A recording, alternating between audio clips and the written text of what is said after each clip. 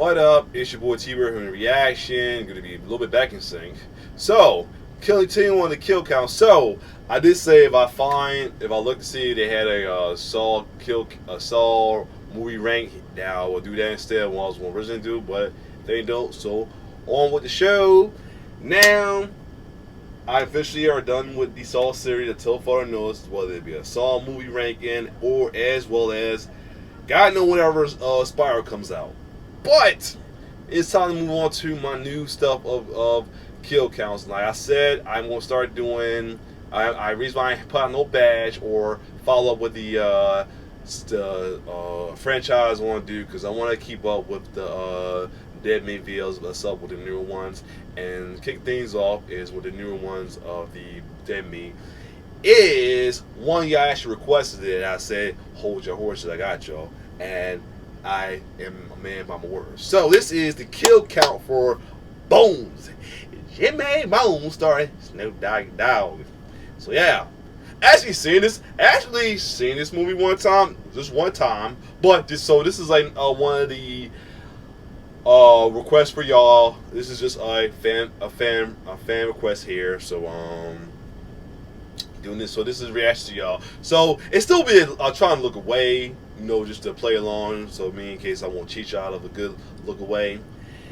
And also, this is the explicit version, so I may or may not do some censoring. We're gonna say I may not, because probably not that graphical of a censor to censor anyway.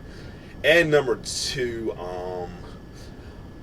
I got a little announcement to make later down the line. That I was supposed to make a surprise announcement to make it seem like I give up on the channel, but I keep forgetting to do it, so that's another story. So anyway, let's get to Bones, kill count by Dead Meat. Let's get it.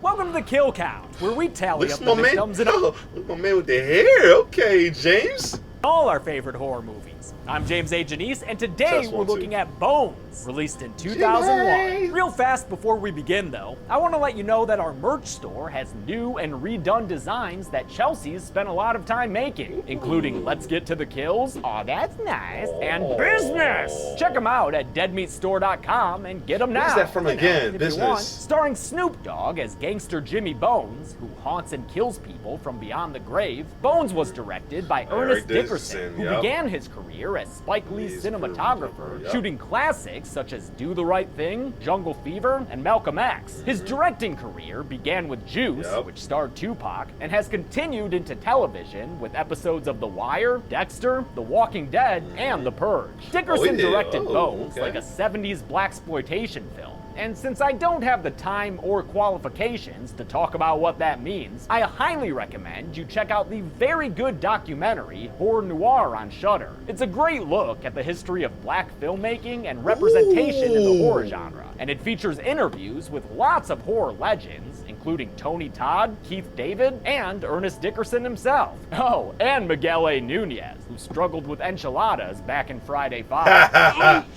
Damn enchiladas! I might have to watch probably on my own, because like I say, my fiance don't like horror movies, but I gotta find that. I want to see that. I really want to see that. I might make it my Halloween thing to do. And as he says on Shudder, if so, I gotta check it out. Bones is an interesting movie that defies cliche archetypes, even as it leans into stereotypes in fitting with its exploitation style. It's loaded with social commentary, from the effects of drugs on inner-city neighborhoods to the things individuals do to escape poverty, yet is also willing to get goofy sometimes, especially in its third act when the supernatural stuff goes wild. I love the bizarre style Dickerson goes for, mixing elements of old Universal monster movies, 70s Italian horror films, and even early German expressionist cinema. I'm also a fan of the unsettling practical effects, which were a big priority of Dickerson's. No, I was kind of like anti-CGI at that point, and I still think, some of the older ways are some of the better ways. With that kind of attitude, you know we've got some good kills ahead. Let's take a look at them. The movie begins with a spooky house on Desolation Row, a bad part of town where this guy named Shotgun is currently being chased by a demon dog. He gets inside and shoots at the pup, though using a rifle and not his namesake gun. But the good boy just absorbs the bullet like it was nothing but a G thing. Nearby, two dudes named Jason and Palmer roll up listening to Eminem and looking to buy some drugs. After paying for the product, they're sent to a pickup spot at the spooky house, where the narcotics are hidden behind a loose brick. A cop car shows up, so the dudes run inside the house and hide upstairs until the police officers leave. On their way out, they're attacked and bitten by that demon dog, then scared off by a crazy projection of Snoop's spirit. The trippy visuals chase them down the stairs and out the house, but since they don't leave the porch, they're still in the danger zone. Palmer is yanked back inside, where he dies from tearing noises and chunky blood sprays. Jason follows immediately, despite sacrificing his fingernails to stay out. We flash back to 1979, with Snoop Dogg filling our eyeballs and ear holes for this earthy tone title card. Snoop plays Jimmy Bones, a gentleman gangster who has that shotgun guy as his bodyguard. Jimmy runs numbers for everyone in the neighborhood. They all love him, especially Pearl, who's beautiful, and he just wants her to know she's his favorite girl. Pearl is played by Pam Grier, legendary actor of many blaxploitation films like Coffee and Foxy Brown, as well as Quentin Tarantino's most mature film, Jackie Brown. The opening credits show that Jimmy Bones ran a vibrant neighborhood full of happy, healthy people. These shots of efficient backstory were filmed on 8mm by Spanish cinematographer Flavio Laviano in order to evoke the earlier era they depict. I love the authentic retro feeling of these, and I love it even more when the imagery and sound design get creepy to show us that the neighborhood eventually fell apart. We get a kind of bonus title card before jumping back to present day when a van pulls up to the spooky house and empties its occupants. The house has just been purchased by entrepreneur Patrick Pete, played by Khalil Kane, who got his start in Dickerson's Juice. Despite the unwelcome porch engravings, Patrick sees potential here and wants to turn it into a nightclub with his brother Bill, even though their stepsister Tia just found a bloody mandible on the ground. Gross. Tia's played by Catherine Isabel, by the way, kill count veteran, last seen in the 2002 TV Carrie episode. Patrick mentions that this building was once owned by Jimmy Bones, which rings a bell for their friend Maurice, a self-styled gangster of love who's particular about his diet. Gangster of love don't eat no fried chicken. Maurice says that Jimmy Bones was a legend around these parts, which unlocks a memory of Patrick's from deep within his brain of a time he would call Bones his Uncle Jimmy. The kids get to work on their building appraisal, and after avoiding the shadow hands from Don't Starve Together, Patrick finds and flicks on the furnace. That appears to awaken some kind of first-person roaming spirit, which zooms around the house until it lands in the basement and starts digging up some treasure that would fetch a pretty penny with the gold hoarders. Upstairs, Tia remains blank-faced as she finds the demon dog, which says, "Woof, motherfucker, woof, motherfucker." Tia calms it down with a bite of burger and introduces it to the others as her new good boy. I'm naming him Bones. They come outside, where Shotgun reveals that he's not a fan of their new pet adoption, but not because it's his dog. Is he yours, sir? Hell no! It just sounds like the dog is better off dead, or at least unfed. Don't be that dog! Oh, what up, Pearl? Pearl still lives on Desolation Row and serves as the local psychic. Patrick tells her that they're about to be neighbors since he and brother Bill are gonna move into the Bones house as they renovate it. He admits that that means leaving the upscale suburb where his family currently lives. You're a little dark to be growing up in Rossmore Park. But he's happy to do it if it means getting to see more of Pearl's daughter Cynthia, played by Bianca Lawson, who, according to my research, did 3 episodes of Buffy. So don't say I never mentioned it, Scoobies. They head back to the Pete family home in safe and secure Rossmore Park, where they introduce Bones the dog to their parents. Tia's mom, Nancy, played by Linda Boyd, who was the mother of that ambiguously aged kid in Final Destination 2, and Patrick and Bill's dad, Jeremiah, played by Clifton Powell, who won an NAACP Image Award for his role in Ray. At the news of this dog named Bones, Jeremiah thinks back to a time he talked to this dog named Bones about some kind of business proposal. Patrick was there too, but he was just a baby boy. We can move out of this dump, hit the big time, big houses, legitimate businesses, the works, baby. That's your dream, not mine. I don't ever want to leave this street. Bones was laid back, with his mind on his money and his money on his mind, but Jeremiah insisted that he meet with a corrupt police officer named Lupovich, who, in the beginning of the movie, had chased those drug purchasers into the Bones house, and who is currently talking to a gangster named Eddie Mack. Lupovich is played by Michael T. Weiss, and just like all the other actors, he played the character in both the present day and the past, which took place 20 years prior. To create a realistic age disparity, they left him looking like himself in the past, and then aged him up in the present with makeup, adding pockmarks and some weight to his face. Those effects were done by Barry Coper, who had perfected this art on Tim Allen in The Santa Claus. Nice. Like I said, Loopy Lou is corrupt, so he does some corrupt stuff, then some extra corrupt stuff, before taking his payment and leave. On his way out, Mac mentions that Jeremiah Pete sold the Bones house, which gives Lupovich some pushed-in concern. The Peets have a family dinner,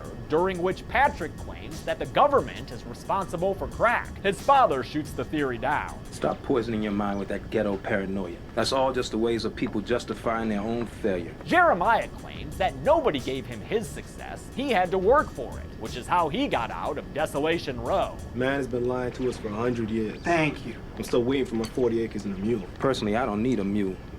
I've got myself a Lexus. Oh, shit. And nobody gave it to me. But you can't escape your past entirely, as evidenced when Jeremiah's old business acquaintance Lupovich shows up, calling him Jaybird and telling him he shouldn't have sold the Bones house. That's a bozo no-no, Jaybird. Jeremiah has no idea what he's talking about, though, because Patrick and Bill haven't mentioned that they quietly bought the building from his company. During the boys' moving day, Patrick talks to Cynthia about the City of the Dead, because her mom Pearl says the Bones house is a doorway to it. Pearl might know what she's talking about here. She is a psychic, after all, and was Jimmy's true love back in the 70s.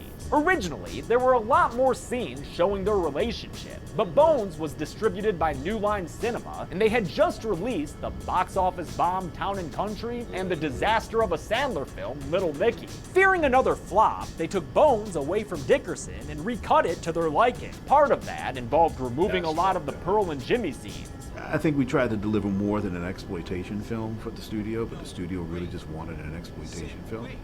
And so it was recut by the studio. You can tell Dickerson laments losing final cut of his movie, and in the end, New Line's efforts didn't work. Bones didn't do well at the box office, which Dickerson credits to the studio only marketing the movie to black audiences in urban areas, even though Snoop had plenty of appeal to white suburban kids. And the kids were coming out of the woodwork. All these little white kids were coming all over the place to get autographs of Snoop. One day way back then, Pearl used her powers to predict that Jimmy was in danger of dying, as evidenced by a line she saw in his palm.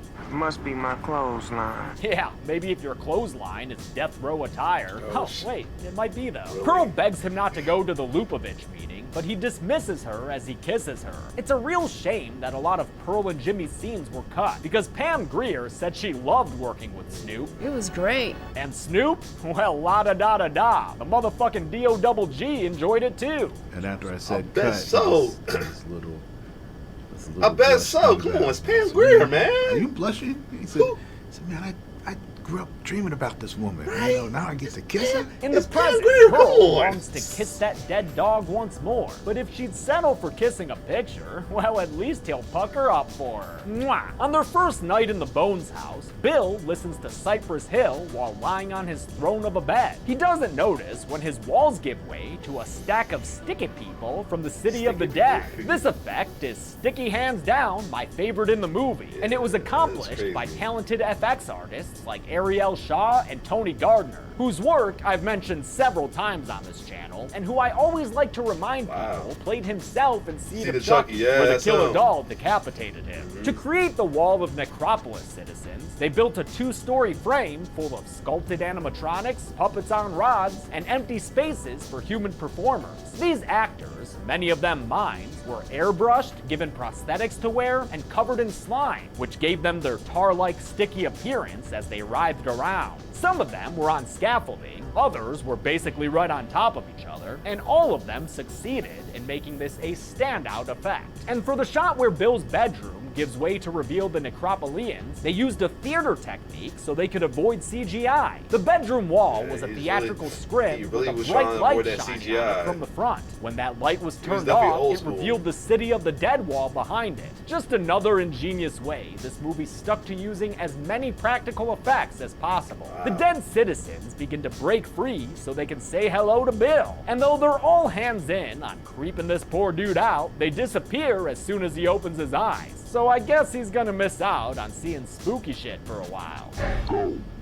Never mind, ceiling face. Wait, ceiling face, right? No ceiling face? Okay, I guess it was nothing. The next day, as Patrick and his pals begin to fix up the house, they find a blood-looking liquid seeping up out of the floorboards. Damn, they might have Poltergeist living there, trying to make them leave. They follow the dripping blood and the eager dog Bones to a door in the basement with a padlock on it. But it's no match for these veggie-eating strong boys. Eat that spinach, boy. They walk down to what looks like Pennywise's spider lair, and Bones the dog digs up Bones' bones. Maurice says that the skeleton, which looks like it was buried along with some fabric, must be Jimmy Bones. After all, his legend includes a switchblade and a diamond ring, which, let's see, check and check. Yep, that's him. Ooh, evidence. By the way, I know that's a butterfly knife, not a switchblade. But the movie calls it a switchblade, so don't even with the comments, alright? Tia wants to call the police, but the boys are more wary of dealing with them and say they'll leave the bones there as they focus on getting the nightclub open. Hey Cynthia, does that sound okay to you and your new corner ghost friend? Yeah. Good. Before they go, Maurice breaks him off some Bones bling. As Bones the dog eats his dinner, the meat consumption somehow begins to rejuvenate Bones' body via some awesome effects. Meanwhile, Patrick and Cynthia have got some other meat and bones on their minds. Cynthia gets spooked by the mise-en-scène and stops before they go all the way. So Patrick gives her his bed to stay in as he sleeps elsewhere in the house. Down the street, Pearl has a seance in her shop as Cynthia gets an under-the-covers visit from a ghoulish, gropey ghost. The seance gets more intense for Pearl, matching the ghost's increased aggression, until all of a sudden we've got spinning cameras, flashbacks, and I don't know exactly, but it's like this and like that and like this. Since no one wants their daughter swimming around in blood beds, Pearl comes over to the Bones house and takes Cynthia home. The next day, with the hanging of a sign, the boys are ready to open their nightclub, which, I mean, they're missing an opportunity by not calling it the Boneyard. For the evil-looking Bones house, which is a great horror movie house, production designer Douglas Higgins and director Ernest Dickerson designed something based on the work of Philadelphian architect Frank Furness. It took them 5 weeks to build the facade of the house, which was then erected in a lower-income neighborhood of Vancouver, where the film was shot. Interior shots of the house, however, were filmed on a soundstage, where the crew could take their time making it look worn with age. Hoping to make his dad proud, Patrick takes Jeremiah to the old Bones house and shows him what he's been working on. But I couldn't wait to see your face when you saw how I fixed it up. Jeremiah instead berates Patrick in public, telling him they need to leave this neighborhood in the past. Patrick insists on having his opening tonight though, and thankfully, Jeremiah comes around to supporting him.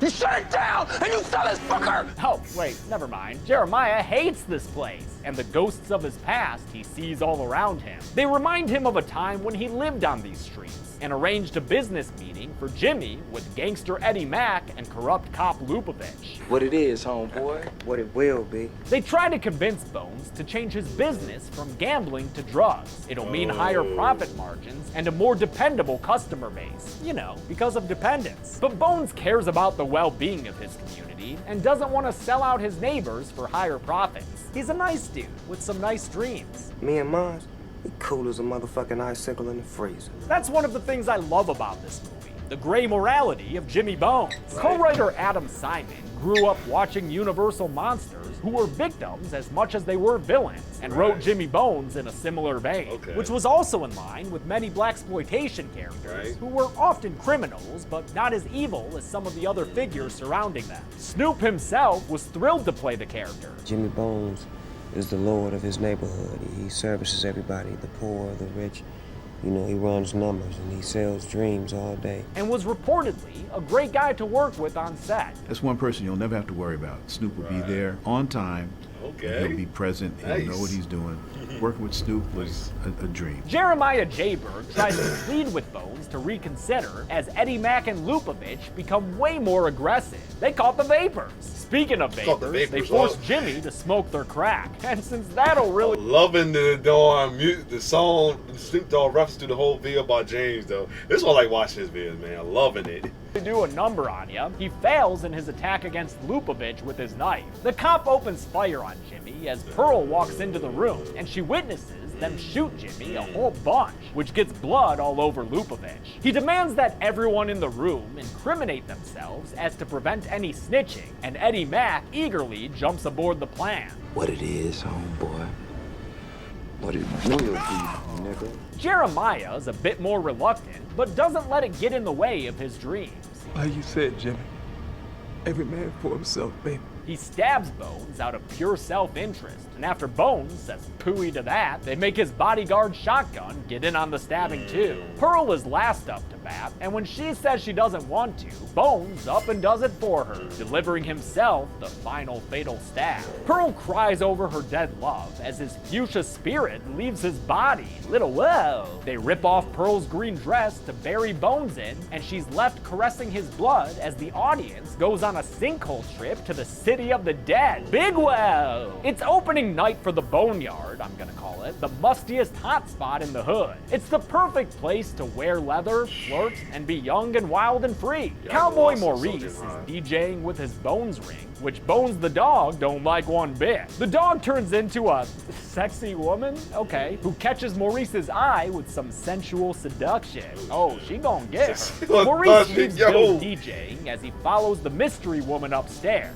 hoping he'll get to slip out of that camouflage flight suit. But the sexy lady turns back into a dog that attacks Maurice and mangles him, just tearing him to shreds and eating up his flesh. Maurice meat, it's what's for dinner. As the dog consumes, more muscle is added to the corpse in the cellar. And I can't get enough of these reverse melting effects. It's some serious Hellraiser type shit. I love it. These rejuvenation effects, which are among my favorite in the movie, were accomplished by taking a body cast of Snoop Dogg made in his garage, then using the mold to create 3 versions of Bones' body in different states of reconstruction. Various layers of skin and muscle made of wax were put atop the bodies, then melted with a heat gun. That footage was played in reverse to give us the great-looking final effect. Patrick comes upstairs to find Maurice, and find him he does, dead and bloody, and part of that dog's diet. Yowza! That must be the worst thing Patrick's ever seen. The gangster in love don't eat no fried chicken.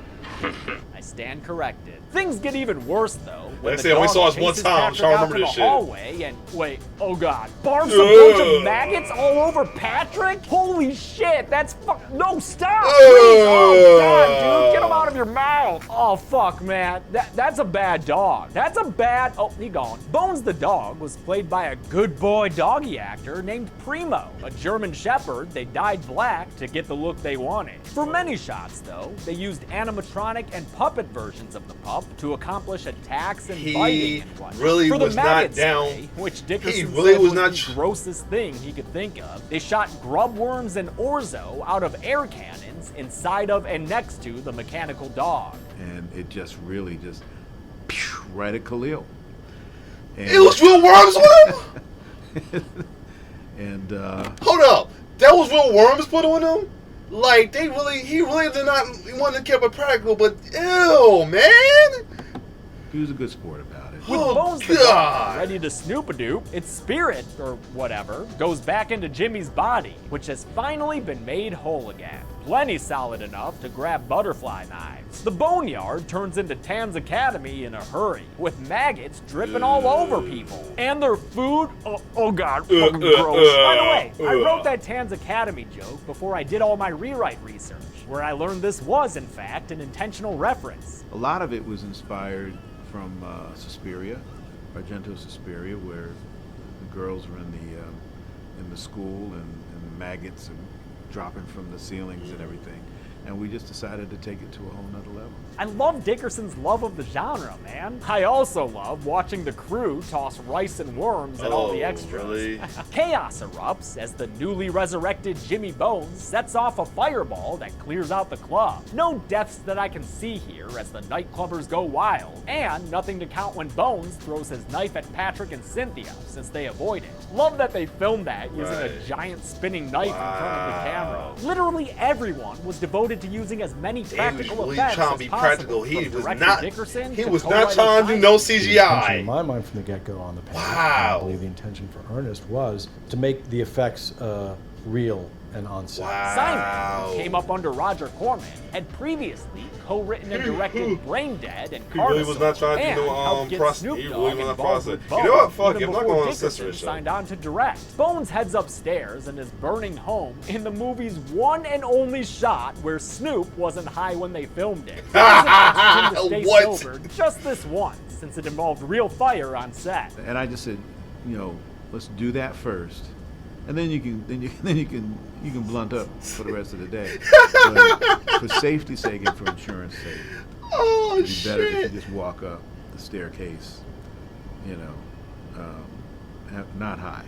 And he was cool with that. But before Jimmy can take his new body out for a spin, he's got to reclaim his stolen accessories. Properly suited and booted, Bones is ready to pay a visit to Shotgun, who's drinking away his guilt from having jumped in on Bones' stabbing back in the day. Bones appears in his new kick-ass outfit and prepares to butcher the bodyguard because he doesn't forgive him for what he did. He slits Shotgun's throat, giving us a huge flood of red paint blood, and sings Swing Low, Sweet Chariot to him as he bleeds out on the floor. Bones walks along the street, reminiscing about the neighborhood's much less quality condition. I ain't gonna front. I actually felt bad for his stuff, though. I mean, I felt bad, especially then he started swinging, started singing to me before he's 9. I'm like, damn. And back when he was the place's dog father, 2 decades of drugs have ravished this place. That's what this movie depicts. It shows that over a 20-year period, how crack deteriorated the black community and just erased everything that we had values for in the 70s. Since he's back to avenge his community, it's bad timing when Stank and Wheeze, the 2 drug dealers from the beginning, step out and harass him. Bones just ain't having their shit.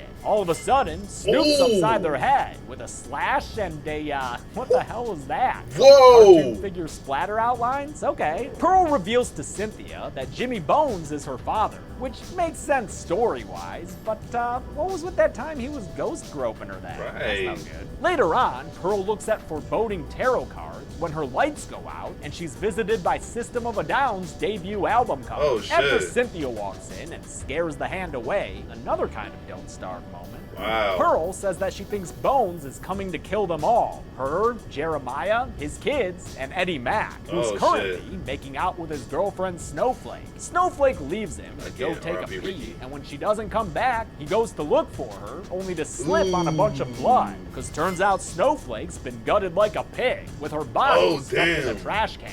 Eddie Mack arms himself and yells out threats to the unseen assailant. You want to be froggy? But ain't no Terry's up in here. It's just Bones, dragging a knife across the pool table and making it bleed? That's pretty cool. The gangsta ghost stares solemnly at Eddie Mack and takes a bunch of bullets like they're nothing, because they aren't to him. He's a ghost. He gets supernatural with a bunch of broken mirror shards that then impale Eddie Mack against a wall. Bones walks up to Big Bad Mac Attack and ultimately kills him with a throat slit. Actually, turns out Bones decapitated Eddie, and he can still talk as a severed head. What you need with my hand? I'm just using it to carry your soul, sucker. My soul? Fuck you. But I'm still counting him as dead right now. I mean, shit, even he admits he was killed.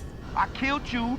You killed me, we even. The third act's sharp veer into silly comedy can be a little off-putting for some, but Dickerson says it happened naturally because of the cast. Actor Ricky Harris, for instance, was a stand-up comedian who had worked with Snoop Dogg doing voices and skits on some of his albums. He also co-starred in the music video for Doggy Dog World, which happened to feature Pam Grier as well. Ricky Harris sadly passed away from a heart attack in 2016 at the age of 54.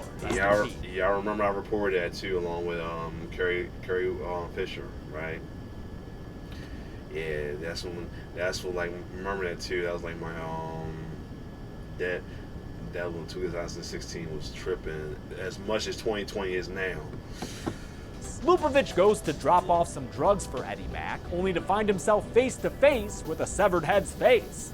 Oh yeah, you better be scared. Bones drops the act and forces Lupovich to try his own product, mirroring his forced drugging from all those years ago. He then seals Lupovich's mouth shut and hangs him on a chain, then kills the corrupt cop by cutting him open to let the smoke out, never bothering to be careful about the splattering of blood. The next person to get a visit from the ghost of Bonesy past is Jeremiah. What it is and what it will be. Bones is mad at the former Jaybird for being wow. such a hypocrite. After all, Jeremiah had told his sons he pulled himself up from his bootstraps to get where he is, when in actuality, he sold his community out to drugs and stepped on other people's necks to live out his dreams in the suburbs. Jeremiah's gone by time Pearl and the kids come to help him, but they quickly guess he's been taken to the burnt-down Bones house on Desolation Row. Inside, Jimmy introduces the severed heads and Jeremiah to the Wall of the Dead. After calling Lupovich and Eddie Mac idiots, Bones feeds their heads to the spirits, one after the other. Patrick and the others get to the Bones house and, yeah, sure looks like Snoop somewhere around here. They see that Jimmy Skelly is missing from the celly, and Pearl says they need to find and burn her old dress that Bones was buried in, because his blood in the fabric is what's allowing him to be resurrected. Better get a move on with that plan, y'all, because Bones is dunking Jeremiah in and out of the souls inside the scary sticky wall, inside which Lupovich is intentionally made up to look like Ash in Army of Darkness. Oh shit. Love all these makeup effects. They remind me of Society. It's a trip, ain't it? It is, Snoop. But Bones ain't joking about Jaybird's betrayal, and he condemns Jeremiah to the city of the dead by tossing him through entirely. Dog eat dog, brother. Dog eat dog. An elevator appears in the cellar, and after Pearl gets inside, the gate closes and she's taken away from the others. Taken where? All the way up. First stop, the candle floor, site of the future wax floor. Coming soon. Bones appears behind Pearl and supernaturally puts her in her old dress, transforming her appearance back in time. Bones kisses on her and asks her to stay with him in eternity, as elsewhere, Bill punches his way through a pink fleshy barrier that allows him, Cynthia, and Patrick to step into the city of the dead. This is the city of the dead, right, Cynthia? This is the city of the dead. Oh, Good. shit. I've been calling it that this whole time. Wouldn't want to look like an idiot. The city of the dead is like a mirror dimension of ours, and to create this organic look of the Bones house in Necropolis, they sprayed pink foam plastic everywhere and filled it with lots of smoke. The kids make their way through the city of the dead's confusing layout. Someone needs to have an infrastructure week, until a ghostly Maurice appears and beckons Bill to come with him. It ends up being a trap, and Bill is seized and murdered by the hands inside the walls of the city of the dead. At least, I'm pretty sure he's dead. One more confirmation, Sin? He's gone. Thank ya. Patrick and Cynthia find her parents embracing each other, surrounded by candles. And, eager for some long-lost daddy-daughter time, Cynthia approaches her father's 6'4" frame and gives him a hug. Aw, that's nice.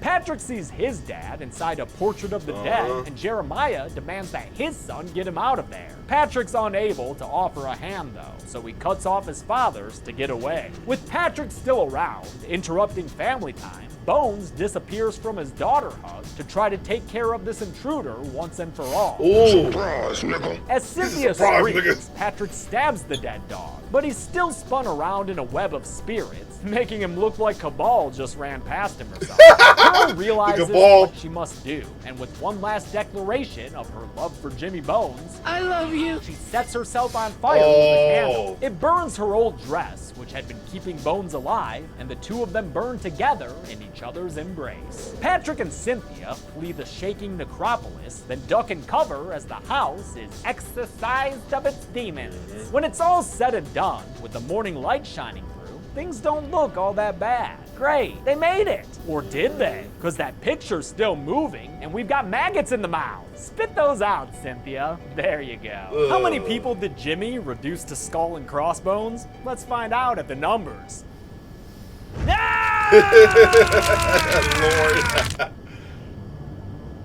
13 people died in Bones, and with 11 male deaths and only 2 female. Time out. Go back. Hold on, go back. Time out. Hold on, I'm trying to get to it. Shut up. Jimmy reduced to skull. Hold up. We're not gonna roll past that. Hold up. We're not gonna roll past that. Hold up. Y'all see what I see, right? 13 people died in. Stop. You see? Cause dude ain't shotgun, right? I got a shotgun. Yo, you gotta love the creativity of James and his kills and his stuff with that. Oh shit! And then the outlook, though. Oh my god, the girl. He got a girl in the trash can. He's up in his game with the creativity of the kill counts of the recounts. I love it. Oh shit, we not gonna. That shit funny. The shotgun really. That was too funny. I love it. And with 11 male deaths and only 2 female deaths, this bone chart's a blue boy for the most part.